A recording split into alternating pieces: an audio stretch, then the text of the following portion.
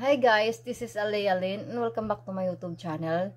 So for today's videos, ituturo ko po sa inyo kung paano mag-apply ng passport or paano kumuha ng passport through online. May tips ako sa inyo guys, mas maganda mag-apply ng online kasi mas mabilis yung process. Then from step 1, magli-lift ka to step 4 and then step 5. Kasi guys, if walk-in kasi, may possibility na hindi tatanggapin or mas matagalan ng process since magpi-fill up ka pa ng form and then marami ka pang pupuntahang window. So, mas maganda na lang na mag-apply tayo sa online kasi mas mabilis and then hassle-free. So guys, kung may balak kayo kumuha ng passport or mag-apply ng passport o wala kayong idea na kung ano yung i-fill up sa form or kung ano ang kailangan or requirements, then tapusin itong video na to dahil sure na sure ako matutulungan kayo nito. Before we start with the tutorial, please like and subscribe to my channel and then let's start. First of all, kailangan natin ng PSA. Yung authenticated by the National Statistics Office. Yung kulay yellow or orange. Yung ganito guys. Hindi yung kulay na yung green. Kasi live birth po yun. So guys, yun yung una-una mong i-prepare. And then, next, second is, prepare a one valid ID. Ipa-flash ko lang dito yung pwede or valid na pwede nyo gamitin. At kung meron pa kayong supporting document guys, pwede nyo yung dadalhin. Ipa-print nyo lang para pagdating sa opisina or sa office ng DFA, hindi na po kaya mahihirapan. Kasi minsan kasi yung taga DFA, mausisa talaga sila.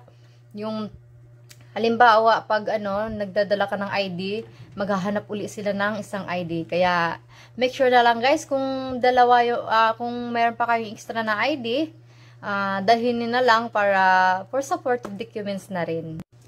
So guys, kung may balak kayo kumuha ng passport or mag-apply ng passport o wala kayong idea na kung ano yung i-fill up sa form or kung ano ang kailangan or requirements, then tapusin itong video na to dahil sure na sure ako matutulungan kayo nito.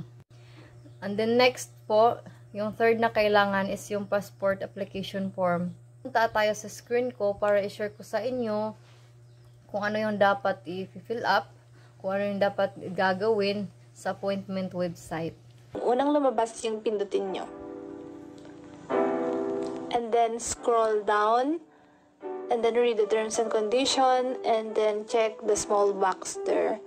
Then click individual kung mag-isa ka lang, and start group naman kung 2 or more kayo. Unang lalabas is yung site, so pindutin nyo yung site, at piliin nyo kung saan yung pinakamalapit na DFA office sa inyo, and then yun yung piliin nyong pupuntahan.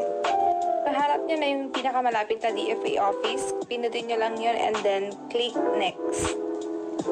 And susunod na magpapakita is yung date and time and date ng appointment date na available. So, yung ibig sabihin ng green is available and yung red naman is not available. So, pumili lang kayo ng date dyan and then select nyo lang.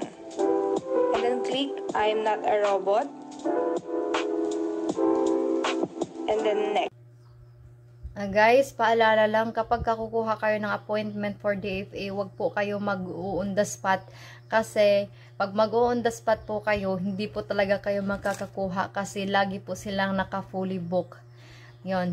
Tapos, pag pag gusto mo naman na October talaga yung gusto mong date, I mean month and date, dapat po by July or August, nakakapagpabook na po kayo niyan. Kasi pag mag-on the spot po kayo, panigurado po, wala na po kayo makukuha slot. So, dito nyo naman ibibigay yung personal information nyo like the mobile number, email address, last name, given name, and yung date of birth, gender, ayan. Ang ilalagay lang sa birth legitimacy is legitimate. So, yun. Fill-upan nyo lang yan. Information. So, ang ilalagay po dito is yung father's name and then yung citizenship. And then sa mother's name naman po, ang ilalagay na pangalan niya is yung gamit niya nung dalaga pa siya.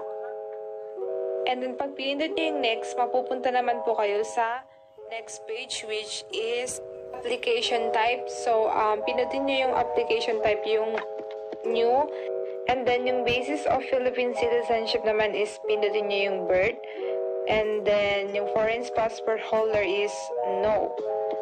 So, and then last is yung contact number. So, next naman is yung contact information. Ilalagay nyo lang yung complete address like city, province, and sa occupation naman, kung wala kayong trabaho, ilagay nyo lang yung not applicable and okay na yon. And then, click next again. Okay, lastly is yung information review. So, dito nyo i-double check kung meron kayong mistakes like wrong spelling or correction. Any kind of mistake, pwede nyo yung palitan. Pindutin nyo lang yung edit and then correct and then save. Okay, so last step is payment. So, ang piliin nyo lang is regular processing, which is $9.50, and then click over the counter. Ayan. And then, pindutin nyo ulit yung pay now. And then, I agree and then proceed to payment. Okay, so yan po yung lalabas. Meron palang additional na 50 pesos. So, ang babayaran nyo is 1,000 pesos lahat. Pwede nyo siya bayaran sa Bayad Center, sa 7-Eleven, Western Union. And then, so ayan, proceed. Click nyo yung proceed and then confirm. And after nun, merong magpo-pop up na kulay green. So, kailangan nyo siyang bayaran within 24 hours. Kung hindi, makakancel po yung appointment. At lahat po ng pinil-upan natin kanina is madidelete po yung lahat pag hindi nyo po yun binayaran. And yung reference number naman is isasend nila through email. So, yung email na nilagay nyo kanina sa fill-up form or nilagay natin, doon po natin matatanggap yung reference number. Automatic po na ma-receive natin yun after nating ma-confirm yung pag-proceed natin sa payment.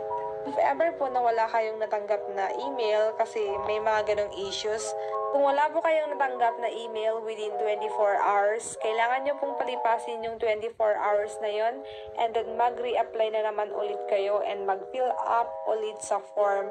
Yun lang po yung pwedeng solution doon. Receive nila yung payment nyo. May confirmation code po yan. Mag-i-email na si DFA. At saka meron yan yung yan yung ini-email ng taga DFA. Tapos, ito naman yan yung 4 pieces na pages na ipiprint nyo. And then, need po both an original photocopy except lang po sa application form. And then, pass forward po tayo. Pagkatapos nun, pag dumating na yung exact date na siniset ng appointment nyo, punta na po kayo doon. Must be there po 30 minutes before appointment date.